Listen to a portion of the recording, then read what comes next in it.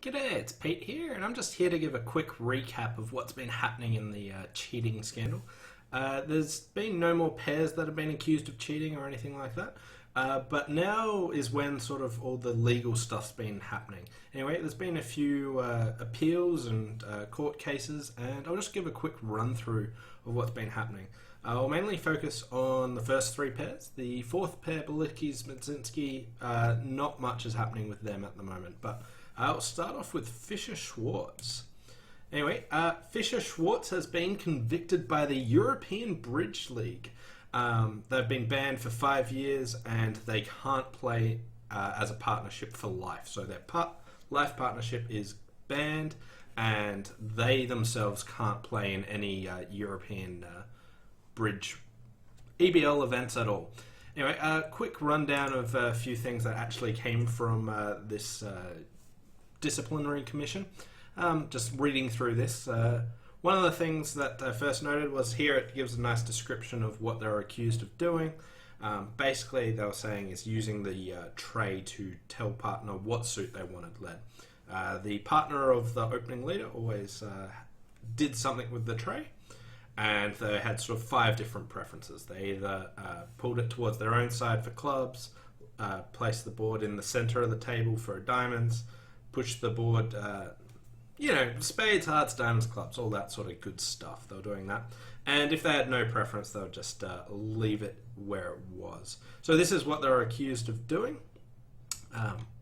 And one thing I found interesting was that in this sort of report, it mentioned the position of the parties.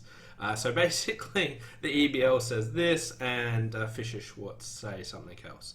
So what ones did I find interesting? Firstly, there was a polygraph test. So Fischer Schwarz underwent a polygraph test. There was a polygraph expert, supposedly, and it came out clean saying they weren't cheating. Now, the EBL says this polygraph expert opinion is not sufficiently reliable to free the players, but obviously Fischer Schwarz feel like this polygraph test is enough. This was the main thing of interest I found. They also talked about what was the standard of proof. Now, the EPL was using the standard of comfortable satisfaction. This isn't one I'd heard before, but that's what they were going on, whereas the players wanted it beyond reasonable doubt.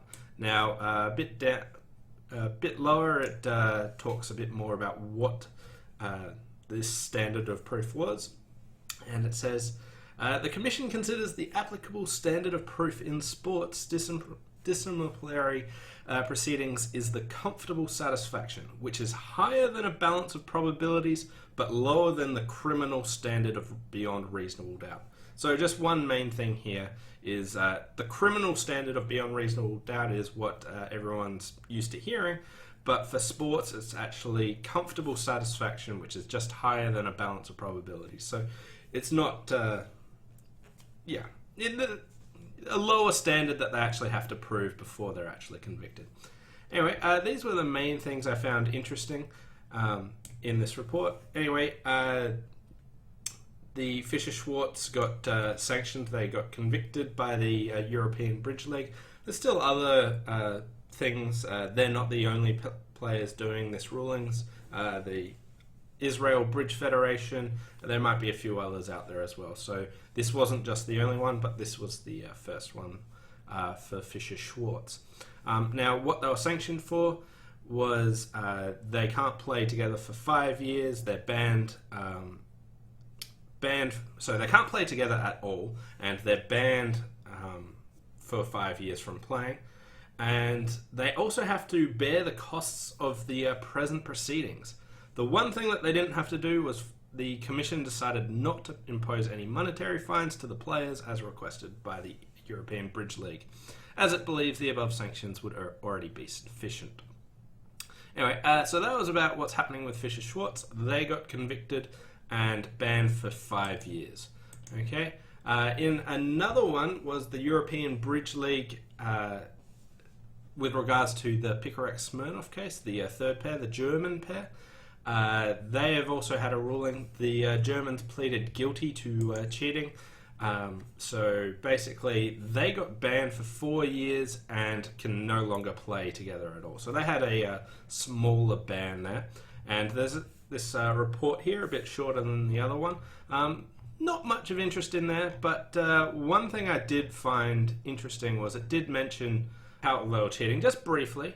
And it mentioned that they proclaimed they were guilty of cheating by prearranging the method of inappropriate communication and practicing it by indicating the strength of their hands by the placement of the bidding cards on the tray.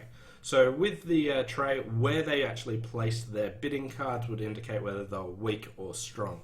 So they're doing some conveying illegal information that way. So that was the main thing I got out of this article. Anyway, banned for life from playing together, banned for 4 years.